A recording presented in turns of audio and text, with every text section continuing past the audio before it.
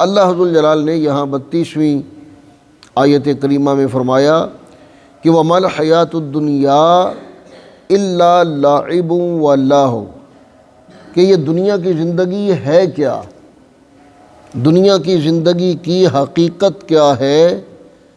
فرمائے لعب واللہو، یہ سوائے کھیل تماشے کے اور کچھ نہیں ہے۔ یعنی دنیا کی زندگی کھیل تماشے کے سوا کچھ نہیں ہے۔ اللہ تعالیٰ نے دنیا کی زندگی کو گھٹیا زندگی فرمایا ہے، اسے قابل تعریف چیز نہیں سمجھا۔ دنیا کی زندگی ہمیشہ اور ہر کسی کی مذموم نہیں ہوتی، دنیا کی زندگی محمود بھی ہوتی ہے، اچھی بھی ہوتی ہے، قابل تعریف بھی ہوتی ہے۔ اب قابل تعریف کون سی زندگی ہے اور مذموم کون سی زندگی ہے؟ دنیا میں وہ زندگی جو اللہ اور اللہ کے رسول صلی اللہ علیہ وسلم کی تعلیمات پر عمل کرتے ہوئے گزرے، دین اسلام کے مطابق گزرے، وہ زندگی قابل تعریف ہے اور نفع بخش ہے۔ اور دنیا کی وہ زندگی جو اللہ اور اللہ کے رسول صلی اللہ علیہ وسلم کی نافرمانی میں گزرے، گناہ کرتے ہوئے گزرے، اللہ تعالیٰ سے غفلت میں گزرے، وہ زندگی تباہ کر دینے والی زندگی ہے۔ بات سمجھ میں آئی؟ تو حضرت حنظلہ رضی اللہ تعالیٰ عنہ، ان کا واقعہ ذہن میں آ گیا کہ ان کی شادی کی پہلی رات تھی اور بیوی کے پاس تھے، سحری کا وقت ہوا تو آواز آئی کہ جہاد کے لیے نکلو، جہاد کے لیے نکلو۔ اب دیکھیں، شادی ہے، بیوی ہے، ایک خوبصورت ماحول ہے، ایک پرکشش مستقبل ہے، لیکن جو ہی کان میں آواز پڑی سب کچھ وہیں چھوڑ دیا اور باہر نکل آئے جہاد کے لیے۔ جب رسول اللہ صلی اللہ علیہ وسلم کا پیغام سنا، آواز سنی، ندا سنی، تو سب کچھ چھوڑ کر، شادی کی پہلی رات کو وہیں چھوڑ کر بارگاہ رسالت محمد صلی اللہ علیہ وسلم میں حاضر ہو گئے، اور جہاد کا قافلہ جب تیار ہوا تو چلے گئے صاحب۔ جہاد ہوا، جنگ ہوئی، قتال ہوا۔ قتال کے بعد جب مسلمانوں کی، صحابہ اکرام کی لاشیں اکٹھی کی گئیں اور دیکھا گیا زخمیوں کو، تو ان میں حضرت حنظلہ رضی اللہ تعالیٰ عنہ وہ نہیں تھے۔ پوچھا بھئی کہاں ہیں، ڈھونڈو۔ جب انہیں ڈھونڈ کر لایا گیا، شہید ہو چکے تھے، ان کی لاش کو جب ڈھونڈ کر لایا گیا تو ان کی زلفوں سے پانی کے قطرے ٹپک رہے ہیں۔ صحابہ اکرام نے پوچھا کہ یا رسول اللہ صلی اللہ علیہ وسلم، یہ ان کے بال گیلے کیوں ہیں، بالوں سے پانی کیوں ٹپک رہا ہے؟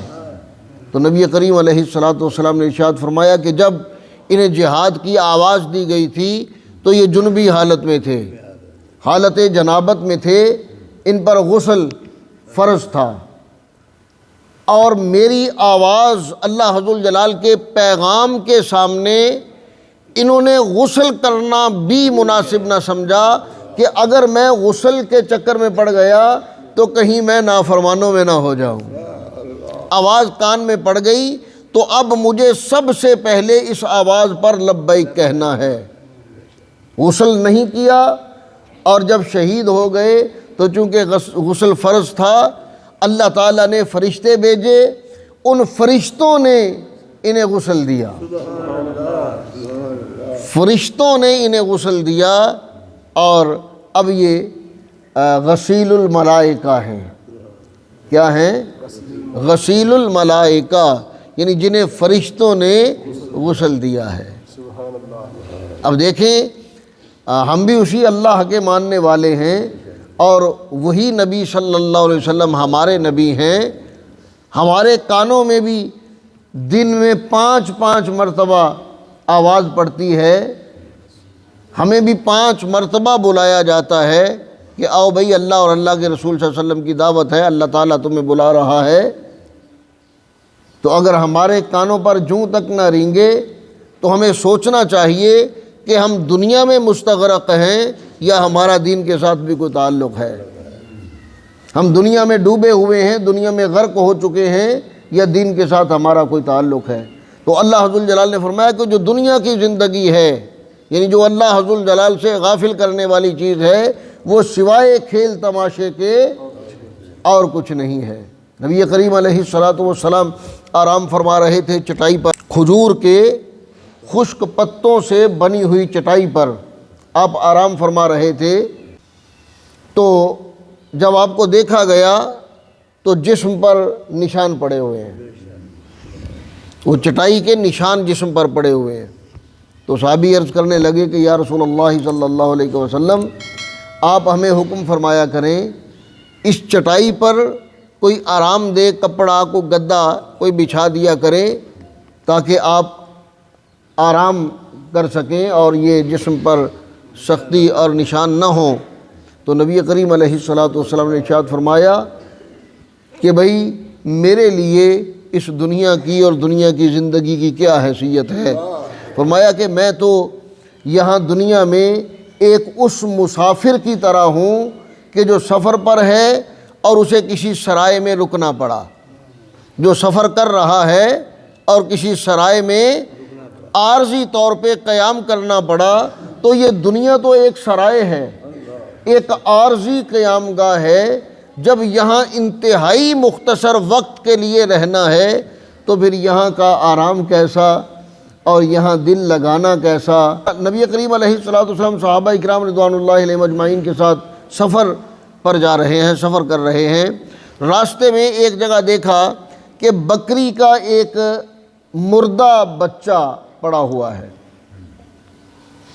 نبی کریم علیہ السلام نے اسے دیکھ کر صحابہ اکرام کو مخاطب فرمایا اور پوچھا کہ کیوں بھئی تمہارا کیا خیال ہے، یہ بکری کا مردہ بچہ جس کا ہے، جو اس کا مالک تھا، اس مالک نے اسے یہاں پھینک دیا، تمہارا کیا خیال ہے کہ اس مردہ بچے کی کیا وقعت، کیا قدر و قیمت ہے اس کے مالک کی نظر میں؟ تو صحابہ اکرام نے عرض کیا کہ یا رسول اللہ صلی اللہ علیہ وسلم، جو مردہ بچہ ہے بکری کا، مالک کی نظر میں اس کی کیا قدر و وقعت ہوگی، اس کی کیا حیثیت ہوگی؟ کوئی قدر و قیمت نہیں ہے۔ تو نبی کریم علیہ السلام نے ارشاد فرمایا کہ یاد رکھو، یہ دنیا کی قدر و قیمت اللہ ذو الجلال کی نظر میں بکری کے اس مردہ بچے سے بھی کم ہے۔ یعنی مالک کے ذہن میں، مالک کے دماغ میں جو اس مردہ بکری کے بچے کی قدر قیمت ہے، اللہ تعالیٰ کے ہاں اتنی قدر و قیمت بھی نہیں ہے اس دنیا کی۔ بھئی دنیا اگر کوئی قابل قدر چیز ہوتی، بڑی توجہ، دنیا اگر کوئی قابل قدر چیز ہوتی تو مجھے بتائیے کیا اللہ تعالیٰ کافروں کو دیتا یہ دنیا کی نعمتیں؟ اپنے دشمنوں کو دیتا ہے بھئی کوئی اچھی چیز، کوئی آرام والی چیز، کوئی سکون دینے والی چیز، کوئی قیمتی چیز، کوئی قابل وقعت چیز کوئی اپنے دشمن کو نہیں دیتا۔ تو اللہ ذو الجلال نے اپنے ماننے والوں سے زیادہ دنیا اپنے دشمنوں کو دی ہوئی ہے۔ دنیا کی سہولتیں، دنیا کی نعمتیں زیادہ ان لوگوں کے پاس ہیں جو اللہ کو نہیں مانتے۔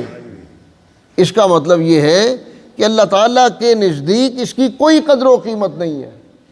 ہاں، اللہ تعالیٰ کے ہاں جو نعمتیں قابل قدر ہیں، جن نعمتوں کی کوئی اہمیت ہے، جن نعمتوں کی کوئی حیثیت ہے، وہ صرف اللہ نے اپنے بندوں کے لیے رکھی ہوئی ہیں، اور وہ آخرت کی نعمتیں ہیں، وہ جنت کی نعمتیں ہیں۔ وہ کافر ان نعمتوں کے پاس تک نہیں پھٹکیں گے، جنت کی خوشبو تک نہیں سونگھ سکیں گے، جنت کو ایک نظر تک نہیں دیکھ سکیں گے، کیونکہ اللہ تعالیٰ کے ہاں جنت کی قدر و قیمت ہے۔